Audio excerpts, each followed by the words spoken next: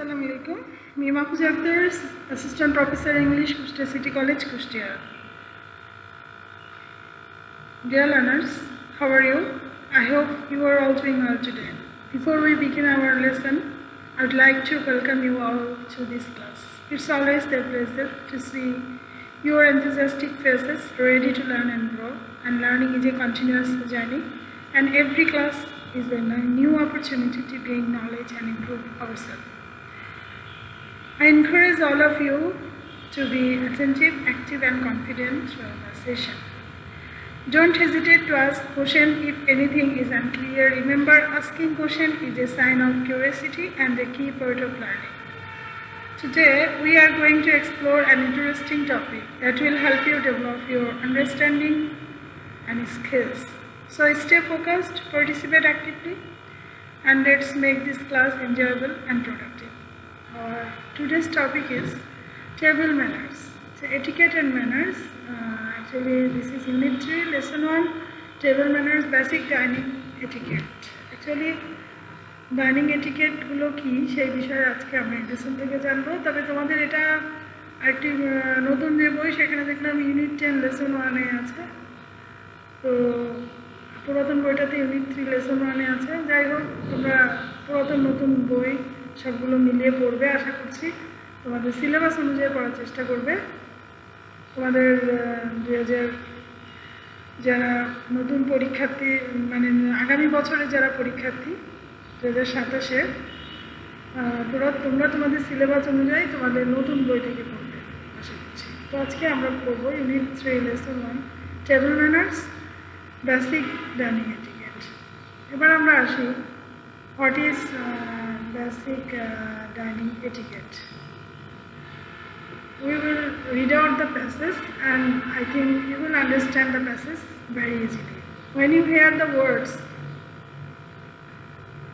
table manners, you may just think of arbitrary rules for rules sake.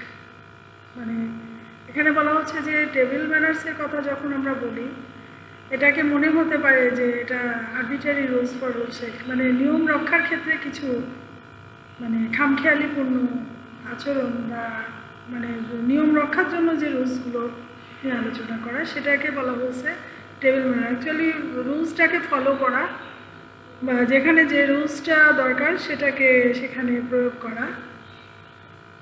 অর্থাৎ তোমার কাছে এটা মনে হতে পারে যে এগুলো নিয়ম রক্ষার জন্য কিছু খামখেয়ালিপূর্ণ আচরণ। But at their core manners, এখানে কোর ম্যানার্স বলতে যে মূল কথাগুলো, মানে আচরণের যে মূল বিষয়গুলো, সেটা হচ্ছে যে জাস্ট অ্যাবাউট বিং কনসিডারেট। এখানে একটি শব্দ আমরা দেখতে পাচ্ছি যে কনসিডারেট, এবং এই কনসিডারেট শব্দটার সিনোনিম এবং অ্যান্টোনিম আছে। এইগুলো তোমাদেরকে কিন্তু পড়তে হবে, যে সিনোনিম কী হবে বা অ্যান্টোনিম কী হবে, এবং এগুলো দিয়ে সেন্টেন্স মেকিং করতে হবে। কারণ তোমাকে সামারি লিখতে হবে, ফ্লো চার্ট লিখতে হবে, ওকে, তারপরে তোমাকে প্যারাগ্রাফ লিখতে হবে, কম্পোজিশন লিখতে হবে। তো টেক্সট পড়ার সময় এই জিনিসগুলো তোমাকে খেয়াল করতে হবে, যে সিনোনিমগুলো বেশি বেশি পড়া, তোমাকে ফিল ইন দ্য ব্লাঙ্কস পূরণ করতে হবে। এই জন্য টেক্সটের গুরুত্বটা একটু বেশি। তো এখানে কনসিডারেট শব্দের অনেকগুলো সিনোনিম আমরা বলতে পারি। কনসিডারেট, এই যে একটা শব্দ কনসিডারেট, এটা অত থটফুল হতে পারে, shows care on attention to others, বা কাইন্ড হতে পারে, কেয়ারিং হতে পারে, পোলাইট হতে পারে, মেনি সিনোনিমস আর দেয়ার। সো তোমরা ডিকশনারি ঘাটলে অনেক কিছু খুঁজে পাবে। পোলাইট হতে পারে, তারপরে কম্প্যাশনেট, আন্ডারস্ট্যান্ডিং, রেসপেক্টফুল, এই শব্দগুলো, মানে একটা শব্দের অনেক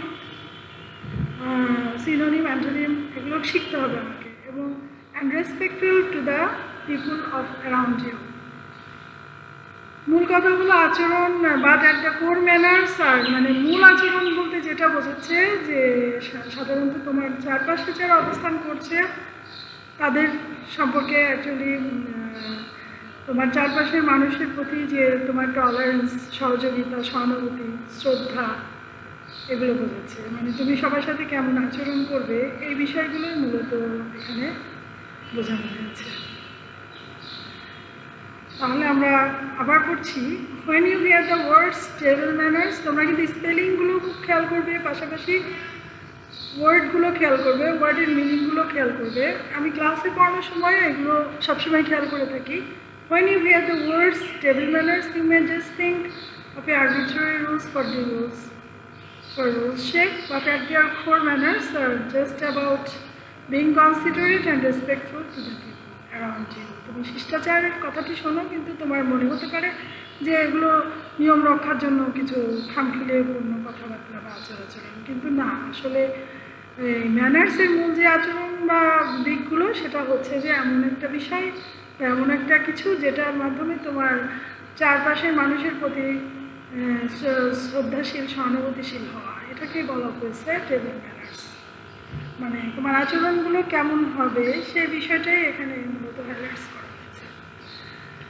এবার নেক্সট প্যারাতে আসি। পিপুল আর ইউজুয়ালি, মানুষ সচরাচরই disgusted when you are eating with a person, chomping, slurping, burping, splurging, okay? Because of that, table manners have always been a good tale about someone's overall refinement and their upbringing and self-awareness around other people. এখানে যেটা বলা হয়েছে যে অনেকে খাবার সময় আমরা disgusted হই বা বিরক্ত হই। এটা বিরক্ত কেন হই? বিরক্ত হওয়ার কিছু কারণ থাকে, যেমন হচ্ছে যে কেউ যদি ধরো ঢেকুর তুলতেছে বা খাবার সময় তোমার প্রতি বিরক্ত হবে। যখন তুমি কারোর সাথে খাবে, সে ধরো মচমচ করে খাচ্ছে বা পান করছে ঢকঢক করে, ঢেকুর তুলে, এবং কথা বলবে অসংলগ্নভাবে। এই যে বিষয়গুলোতে, এগুলোতে অনেকেই ডিসগাস্ট বা বিরক্ত হচ্ছে, ডিসগাস্টিং। এখানে এই শব্দটা আমরা খেয়াল করি যে ডিসগাস্ট শব্দটার মিনিং কী এবং এটার সিনোনিমগুলো কী হতে পারে। ডিসগাস্ট, এখানে সিনোনিম, অনেক সিনোনিম আছে, কিন্তু তোমাকে মনে রাখতে হবে যে ডিসগাস্ট শব্দের কতগুলো সিনোনিম হতে পারে, কিভাবে, যেমন হচ্ছে রিভালশন হতে পারে, রিপালশন হতে পারে, লোডিং হতে পারে, ডিসটেস্ট হতে পারে, অ্যাভারশন হতে পারে। ঠিক আছে, এগুলো নাউন হিসেবে। আবার ভার্ব হিসেবে ডিসগাস্ট শব্দের সিনোনিম হতে পারে যেমন রিপিল, স্টিকেল, অফেন্ড, ওকে। যেমন এখানে একটা এক্সাম্পল দিতে পারি যে the smell filled with him disgust, অর্থাৎ the smell filled with him revulsion. এই যে রিভালশন শব্দটা, মানে তোমাকে এগুলো ডিকশনারি খুঁজে খুঁজে বের করতে হবে। তাহলে আবার প্যারাটা আমরা পড়ি। এই প্যারাতে আমাদের কি আছে যে পিপুল আর ইউজুয়ালি ডিসগাস্টেড, মানুষ মূলত বিরক্ত হয় যখন তুমি খাচ্ছ উইথ এ পার্সন, একজনের সাথে। চম্পিং, স্লার্পিং, মচমচ করে, কচমচ করে খায় না, সেটাকে বলে। বার্পিং অ্যান্ড স্প্লাশিং, ঢকঢক করে খায়, মানে পানি খাওয়ার সময় ঢকঢক করতেছে। এগুলো মানে অন্যদের সাথে যখন আমার আচার আচরণটা হবে, মানে অন্যদের সাথে আমি যখন থাকবো পাবলিক প্লেসে, সেক্ষেত্রে আমার আচার আচরণগুলো খুবই প্লয়েড হবে, খুবই রেস্ট্রিক্টেড হবে, এবং সেখানে আমাকে সুন্দর আচরণ বা ম্যানার্সগুলো ফলো করতে হবে। বিকজ অফ দ্যাট, এই কারণে table manners have always been a good tale about someone's overall refinement,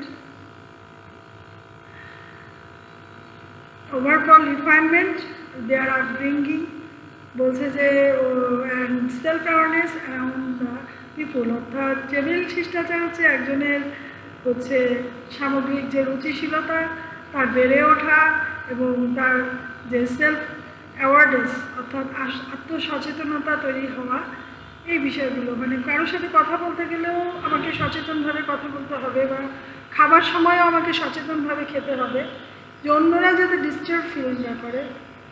যেমন বাচ্চারা যখন খায়, ওরা কিন্তু মুখ দিয়ে শব্দ করে, বা কিন্তু বাচ্চাদের মধ্যে তো আমরা বড়রা করতে পারবো না। এক্ষেত্রে কিছু টেবিল ম্যানার্স আছে, এবং সেই টেবিল ম্যানার্সগুলো নিয়েই কিন্তু এই চ্যাপ্টারটা আলোচনা করা হচ্ছে। অর্থাৎ তোমাকে কার্টিসি মেনটেন করতে হবে, পোলাইট হতে হবে, ওকে। এবার আসি, come to the next para. Often the reason someone might be concerned about your table manners is not because your lack manners bothers them. মানে কেউ কেউ তোমার এই টেবিল ম্যানার্সে উদ্বিগ্ন হতে পারে, মানে তোমার টেবিল শিষ্টাচারের ব্যাপারে উদ্বিগ্ন হতে পারে, যে তোমার শিষ্টাচারের অভাব, মানে তোমার শিষ্টাচারের অভাব মানে তাদেরকে যে বিব্রত করছে সেটা না, বরং সেটা হতে পারে যে instead they might be worried it bother themselves, বলতে যে এটা তারা উদ্বিগ্ন হয় এই কারণে যে অন্যরাও এটাতে বিরক্ত, মানে অন্য কাউকে বিরক্ত করতে পারো তুমি, তোমার এই আচরণ দ্বারা তুমি অন্য কাউকে বিরক্ত করতেছো, সেটাও হতে পারে। তাহলে এই লাইনটার মিনিং কি আসছে? অফেন দ্য রিজন, কখনো কখনো সামওয়ান, কেউ হয়তো তোমার might be concern about your table manners, তোমার টেবিল ম্যানার্স নিয়ে উদ্বিগ্ন, তোমার শিষ্টাচার নিয়ে উদ্বিগ্ন। তার মানে এই নয় যে তোমার শিষ্টাচারের অভাবটা, তোমার যে শিষ্টাচারের ল্যাকিংস আছে, because your lacking of manners bothers them, তাদেরকে বিরক্ত করছে বা বিব্রত তো করছে। এখানে বোদার্স বলতে বিব্রত করা, বরং এটা হতে পারে ইনস্টেড। আমরা এই যে এখানে শব্দগুলো খেয়াল করো, ইনস্টেড, এই যে ইনস্টেড শব্দের অর্থ হচ্ছে পরিবর্তন, বরং, বরং, ঠিক আছে। এই কানেক্টরগুলো আমরা পড়বো, আমরা যখন সেন্টেন্স মেকিং করব তখন কিন্তু কানেক্টর, তোমাদের ইন্টারমিডিয়েট সিলেবাসে সেন্টেন্স কানেক্টর হচ্ছে একটি সেন্টেন্সের সাথে আরেকটি সেন্টেন্সকে যুক্ত করা, সেটা হচ্ছে সেন্টেন্স কানেক্টর। একটি সেন্টেন্সের সাথে আরেকটি প্যারাগ্রাফ, মানে একটি প্যারাগ্রাফকে আরেকটা প্যারাগ্রাফের সাথে যুক্ত করা, এটাকে বলে সেন্টেন্স কানেক্টর। তোমাদের সিলেবাসে কিন্তু সেন্টেন্স কানেক্টর আছে, ফ্রেজাল কানেক্টর বা ক্লোজাল কানেক্টর না, তোমাদের আছে সেন্টেন্স কানেক্টর। সাধারণত কানেক্টর তিন ধরনের, ফ্রেজাল কানেক্টর, ক্লোজাল কানেক্টর আর সেন্টেন্স কানেক্টর। তো তোমাদের আছে সেন্টেন্স কানেক্টর। আমরা এগুলো বই যখন আমরা টেক্সট করবো সেখানেও কিন্তু আমরা এগুলো খেয়াল করবো, যে এখানে খেয়াল করে নিশ্চয় আছে অফেন দ্য রিজন, এই যে শব্দগুলো, এগুলো হচ্ছে সেন্টেন্স কানেক্টরের মধ্যে পড়ে। কখনো কখনো হয়তো তোমার টেবিল শিষ্টাচার ব্যাপারে উদ্বিগ্ন হতে পারে, তার কারণ এই নয় যে তোমার শিষ্টাচার তাদেরকে বিব্রত করছে, বরং তারা এটা ভেবে উদ্বিগ্ন যে তোমার এই আচরণ হয়তো বা অন্য কাউকে বিরক্ত করছে। এবার আসি পরের স্লাইডে। ফর ইনস্ট্যান্স, উদাহরণস্বরূপ, এখানে খেয়াল করো আরেকটি কানেক্টরের এক্সাম্পল আমরা দেখতে পাচ্ছি, ফর ইনস্ট্যান্স। আমরা জানি উদাহরণস্বরূপ বলতে, উদাহরণস্বরূপ এই কথাটা বলতে গেলে আমরা ফর ইনস্ট্যান্স বা ফর এক্সাম্পল এই কথাগুলো ইউজ করে থাকি। তাহলে এখানে খেয়াল করো, ফর ইনস্ট্যান্স, উদাহরণস্বরূপ,